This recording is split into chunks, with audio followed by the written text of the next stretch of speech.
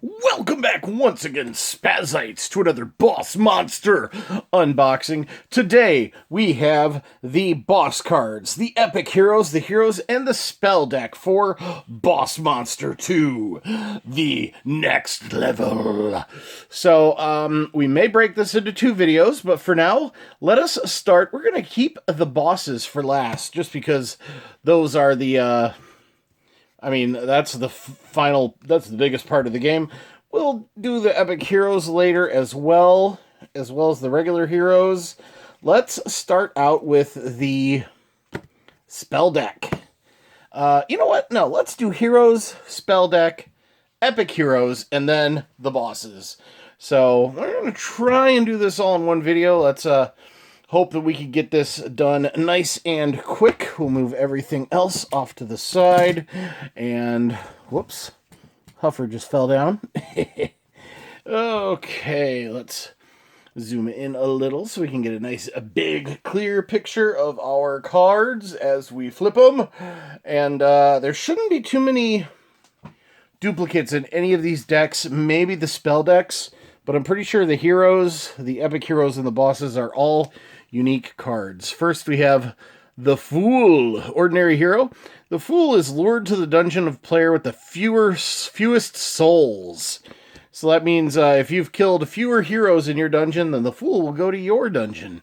And hopefully you'll be able to kill him pretty easily. He is only 2 hearts. Then we have the Thief, ordinary hero. We have Raymond Two Chains. That sounds, isn't there a rapper named 2 Chainz? Anyway, once he was an outlaw notorious for wielding his chain whips with deadly precision. Now he's a man on a mission. He tracks the croaking king across dimensions, and I am so sorry. My eyes are blurry and I'm having trouble reading. We will stop at nothing to find him. And the croaking king, I believe, is the frog boss at the very end of the original Super Mario Bros. 2, which was a reskin of a different game that was exclusive to Japan. But anyway, then we have Hitman, ordinary dark hero. Once per turn, any opponent may discard a room with the money treasure to give this hero +3 hearts until the end of the turn. We got Thief, ordinary hero, Francisco the Endbringer. This highly trained assassin from the Southern Silver Kingdom is known as the Painter of Blood. Cool. Okay, I think I know what is wrong here. I'm getting some glare, so I'm going to try to adjust my phone and my lights so that I get less glare on the cards as I'm reading them, and wipe my eyes yet again to try and get the goop out. I think there's something wrong with my eyes, folks. Be honest. I'm sorry. I need new glasses, and I probably need to see a doctor. Thief, ordinary hero. We got Colgar, fugitive prince. He lost his kingdom to Cerebellus, but he retains his ancestral weapon. Now this royal rogue must use his dark glaive and his wits to regain his throne, or at least his honor. I'll tell you what, I really wish that I was a frog or a gecko or something and I could just lick my eyes when I needed them to be moistened up. I think I've got a problem with dry eye. Thief, ordinary hero. We've got Murphy the Magnificent. He was a charlatan, a carnival performer, and a con man, all before he turned 16. When he delved into his first dungeon, he discovered he was something else, a hero. I like some of these descriptions. Then we have Thief, ordinary hero. We got Blackleaf. Blackleaf, blah, blah, blah, blah. Blackleaf is always the first to scout ahead, swing across a chasm, or disable a poison trap. She often says there's no danger she's afraid to face, except a life without adventure. Next we have Mage, ordinary hero. We got Iskandar, Ice Mage. Once a small-town librarian, Iskandar became a hero when he defended his town against a dragon attack. Now he seeks to use his chilling ice magic to bring down the dragons of Arcadia. Next, we have a Witch, ordinary dark hero. Once per turn, an opponent may discard a room with underscore to give this hero +3 until end of turn. I'm not sure what the underscore is. Is there a symbol there? It looks like there's a dark blue dot. I'm not sure what that's supposed to be. I'm going to have to look that one up in the instructions because I am not sure what that little blue dot means. Mage, ordinary hero. Wink the probably magical. Wink's apparent lack of magical talent has not stopped him from going on adventures, referring to his pet chameleon as his familiar. But so far, everything's going well. That's good. I think that kid with a pet chameleon is also a reference to an old video game in the 80s and 90s. Then we got Mage, ordinary hero. We got a kid and his spell slime. When an ordinary kid discovers a wounded spell slime, he nurses it back to health with candy. The spell slime rewarded his kindness with an adventure to a world of magic. That sounds cool. Let's see, Mage, ordinary hero. We got Otis the Occult. Otis the Occult.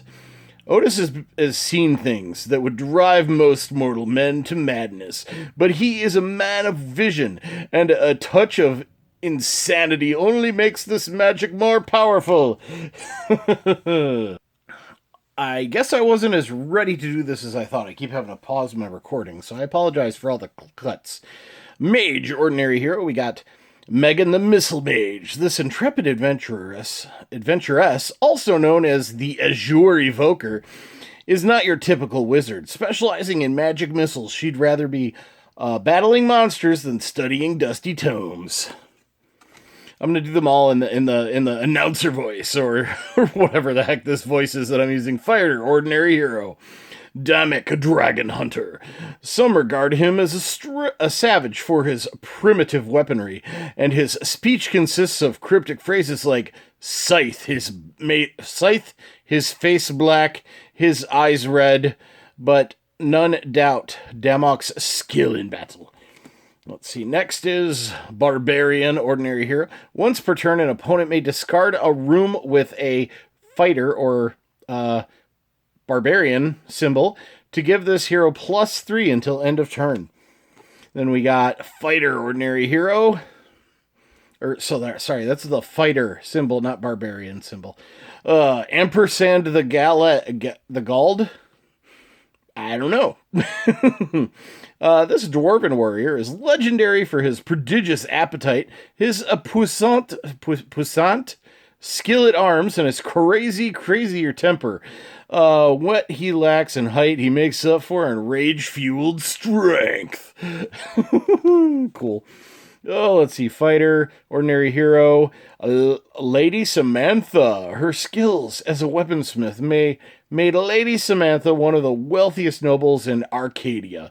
In research of greater glory, she armed herself to the teeth and set off to hunt for the Brainsucker Queen, who we've seen the Brainsucker Queen card before. I think we are only going to read our heroes for this video, and then the next video will finish with the spell deck and the boss. So if you're still watching right now, thanks, I really appreciate it, and let's continue. We have Fighter, ordinary hero. Looks like an ice climber from Nintendo's Ice Climber. We got Tarka, Eskimo warrior. This northern warrior will not rest until he finds his best friend. No dungeon is too deep to delve, no mountain too high to climb. He'll do whatever it takes to bring his buddy home. Yeah, definitely an Ice Climbers reference. Then we got Fighter, ordinary hero, Hookshot Joe. I love the hookshot. That's definitely a reference to Link from Legend of Zelda.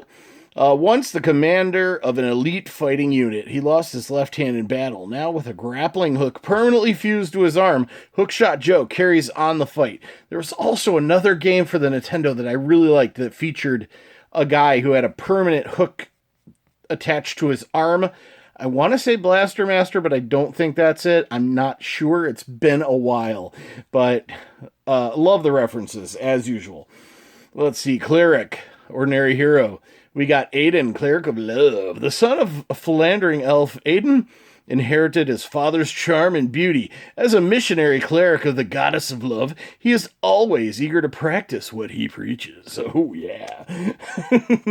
I need to make just a love deck that circles around that, because we've got, like, A couple of cards featuring that kind of stuff. Vampire, ordinary dark hero. Once per turn, any opponent may discard a room with cleric to give this hero +3 until end of turn. I believe that is the cleric symbol. We'll just call it an Ankh. Let's see, cleric, ordinary hero. We got Solomon Kane, Pilgrim of Pain. I like that name. This zealot has mounted a one-man inquisition into the darkest depths of Arcadia's dungeons, a grim slayer of the godless. He holds particular disdain for Belladonna and her vampire kin. Next, we have cleric, ordinary hero, Kyle the Incorruptible. This acolyte of the order declared himself free from sin and immune to temptation, an unwavering agent of virtue. Ooh, aren't you special? Cleric, ordinary hero, Elf Star. Once an acolyte limited to simple orisons. I don't know what that is. Elfstar is now a true priestess who has mastered the mind bondage spell. She's accepted that nothing is more important than her spiritual growth. I don't know why I went into a weird voice there. Cleric, ordinary hero. Danae the Slayer, a woman of few words. Danae is relentlessly focused on her mission to eliminate every undead abomination in Arcadia as long as she keeps the faith. No zombie is safe. She looks like a nun in armor. I love that. That is so cool. Okay, now let's finish up this video with our epic heroes. This deck is considerably smaller, so we will try and finish this up quick. And then a next episode featuring Boss Monster, we'll have our bosses and spell decks from Boss Monster 2. But first we have the Brothers Epic Hero. Look at that. That looks a little like Mario and Luigi. This hero is lured to the dungeon of the player with the highest total souls minus wounds. And this is a strong one, guys. Then we got Thief Epic Hero. We got Roberta Dreaded Outlaw. Her life became a nightmare when she was wedded to an evil prince and her true love was slain by a pirate. Roberta took a vengeance on both and now she does as she wishes. Archer, Epic Hero. This hero is lured to the dungeon with the highest combined fighter and thief treasure. This hero ignores the last room of your dungeon. Oh wow, go straight to the boss. Thief, we got Gamina, Thief of Dreams. Now that is a reference to Neil Gaiman, writer of the modern-day Sandman. Creator and writer of modern day Sandman. No door is closed to her nor any dreaming mind, and she does not fear death. But Gamina's light steps cast long shadows, as she must never let them overtake her. It could also be a reference to Sandman's sister, I believe, Death? I'm not sure. I think it's supposed to be like Sandman. Anyway, Thief Hero, we got Rom the Reaver. No one is faster with a blade, but Rom is a tortured soul. It's as if a monster lurks inside him, and the dungeon is the only safe place to channel his rage. We got Mage. We got Marcus, Geomancer Supreme. Oh, that's a lot of words. Once he lived alone in a flat, infinite world. Alone he braved its depths and dangers to mine its riches. Then this unaccompanied miner had a dream. He dreamed he could create anything, even entire worlds. And each world he created held a dreamer of its own. That is deep. There's a lot going on there. Let's see. Druid, Epic Hero. We got... this hero is lured into the dungeon with the highest combined cleric and a mage treasure. Give this hero +X, where X equals the number of spell cards in your hand. So if you've got a bunch of dungeon cards that allow you to pick up more spells, that is a great hero to fight. Mage, Rathfuss the Namer, based off of writer Patrick Rothfuss, King Killer Chronicles, if you don't know. We will be getting the King Killer deck here in the near future. It's just 5 new heroes, but it's still really cool. Rathfuss knew the names of most things, and so most things were his to command. He said to the wind, break, and the wind broke. That's awesome. It's hilarious. If I still had access to Pat Rothfuss, I would have him sign that card just because. Mage. We have Dumbledolf the Blue. Oh, it's a world of punk rock pyromancers and spiky-haired sorcerers. One man believes in keeping things classic. Dumbledolf proves that flowing beards and pointy hats never go out of fashion. Woo-wee. Okay, we're getting there. Gotta wipe my eyes again. Fighter. We got O'Brien the Destroyer. Conan O'Brien? I think so. Oh, every night he begins a new quest for glory. The savage meathead has survived the rise and fall of many rivals. He knows what is best in life, and in the end, he will triumph. Oops, sorry for the shake. We got Sword Mage, epic hybrid hero. He is both a cleric, I believe is the books, and a fighter. And let's see, we have here, this hero, focus. This hero is lured to the dungeon with the highest combined mage and fighter treasure. Each time a player plays a spell while this hero is in your dungeon, give this hero +2 hearts. I like those epic hybrid heroes. That's a new thing for this set. Then we got Fighter, Sir Morton the Deadly. And that is a reference to George R.R. Martin. No knight is more celebrated, but do not invite Sir Morton to your wedding feast. Many and more have died to his blade, the noble as well as the wicked.